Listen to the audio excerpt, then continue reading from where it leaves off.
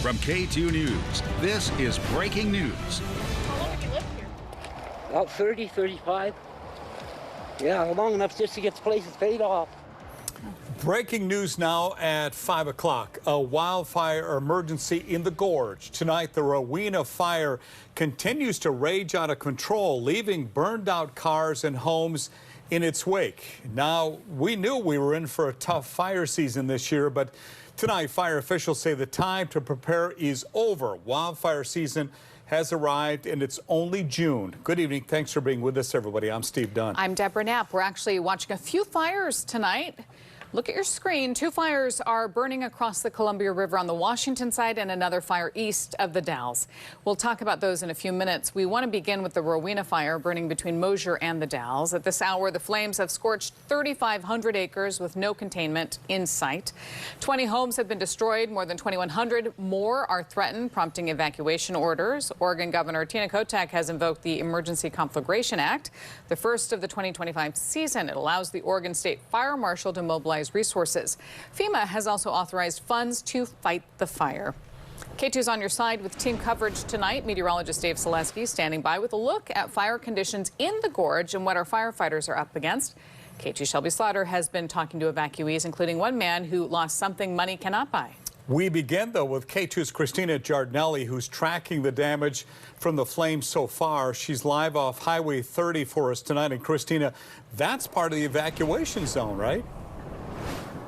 Yeah, I'm standing right now in a level 3 evacuation zone. The start of this zone is just a little bit further down the street this way. It's where Highway I-84 meets Highway 30.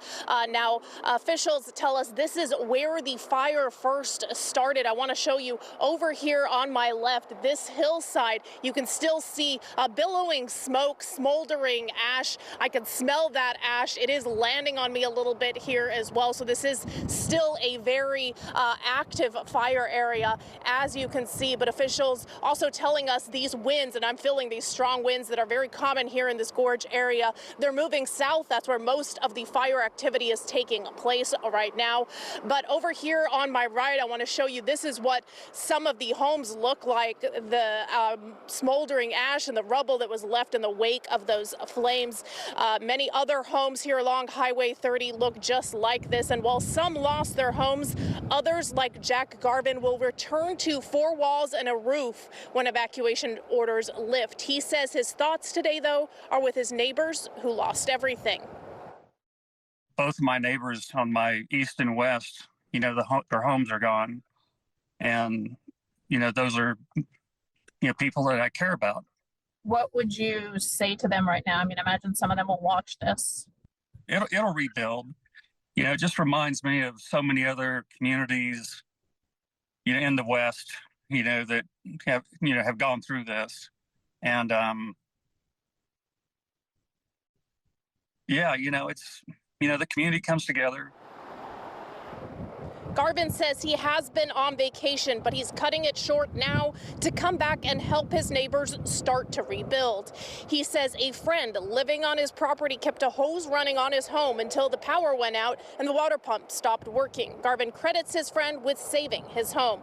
Now we'll be on your side tracking where those live flames are and bringing you the latest information. For now, live in Rowena, Christina Giardinelli, K2 News. Christina, thank you. Now, we want to take a look at the map of the impacted area right now. Evacuation orders are in place as far east as Memlou State Park and as far west as the Dalles. The area in red is under a level 3 go now evacuation order, which means get out immediately.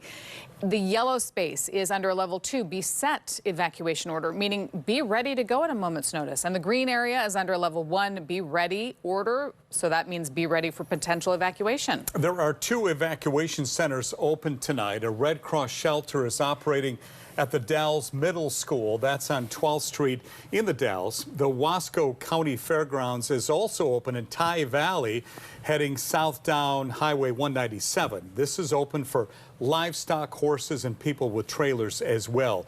And continuing our team coverage now with K2's Shelby Slaughter, who's live in Rowena off of I-84. So, Shelby, dozens of people have already gotten help from the Red Cross since the fire started.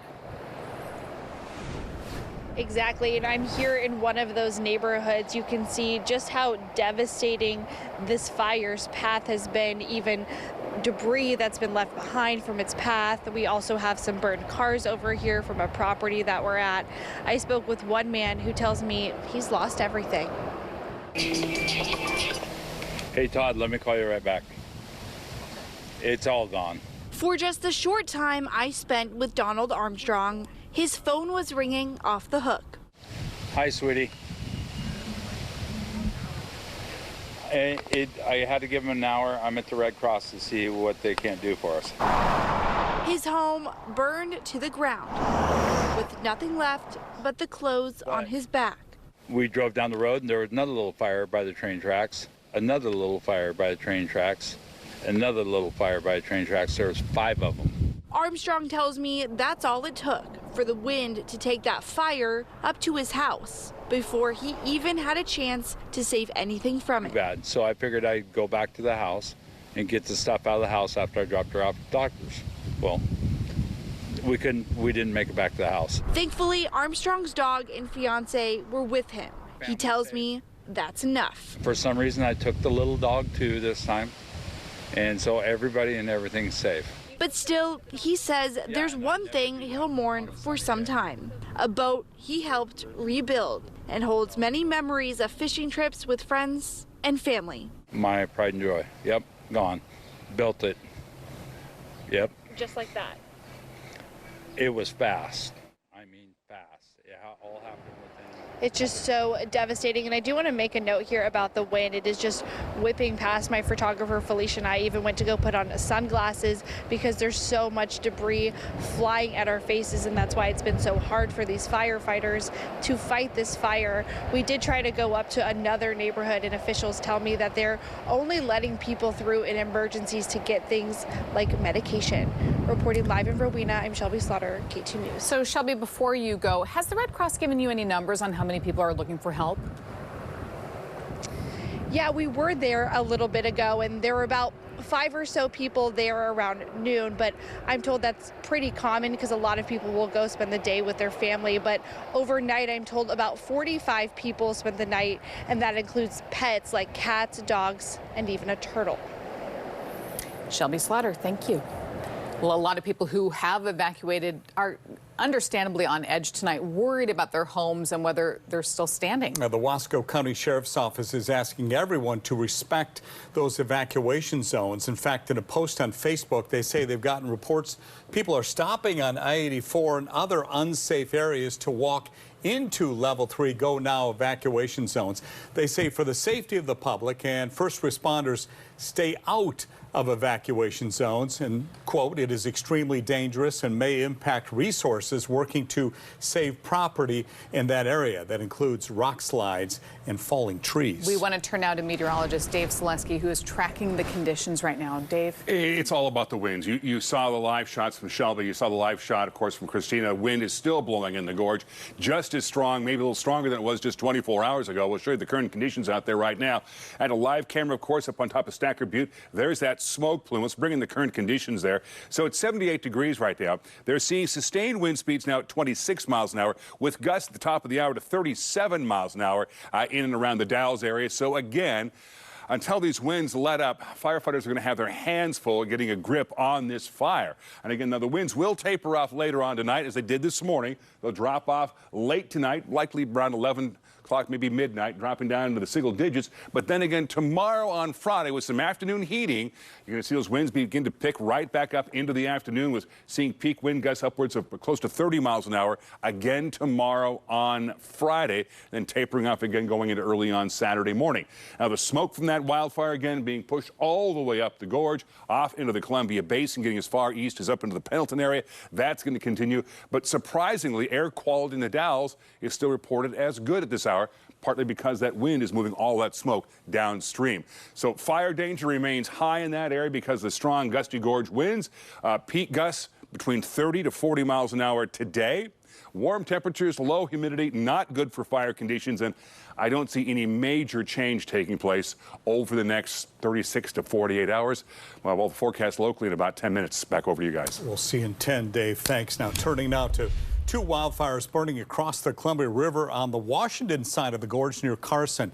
Tonight, crews say forward progression of both the Grant Lake and Sand Hill Hot Springs fires have been stopped. They're still working on mopping up there. They're asking you to avoid that area and warn you may see areas of smoke within containment lines. Some areas remain under level 1 evacuation orders. Be ready there. And as we continue to track the situation in the gorge, we're also watching a wildfire burning on the other side of the Dalles. The Ferry Fire was discovered yesterday. It's already burned 5,000 acres. This one is near the Gilliam-Sherman County line. Fire officials have evacuated Cottonwood State Park. It's now closed to the public.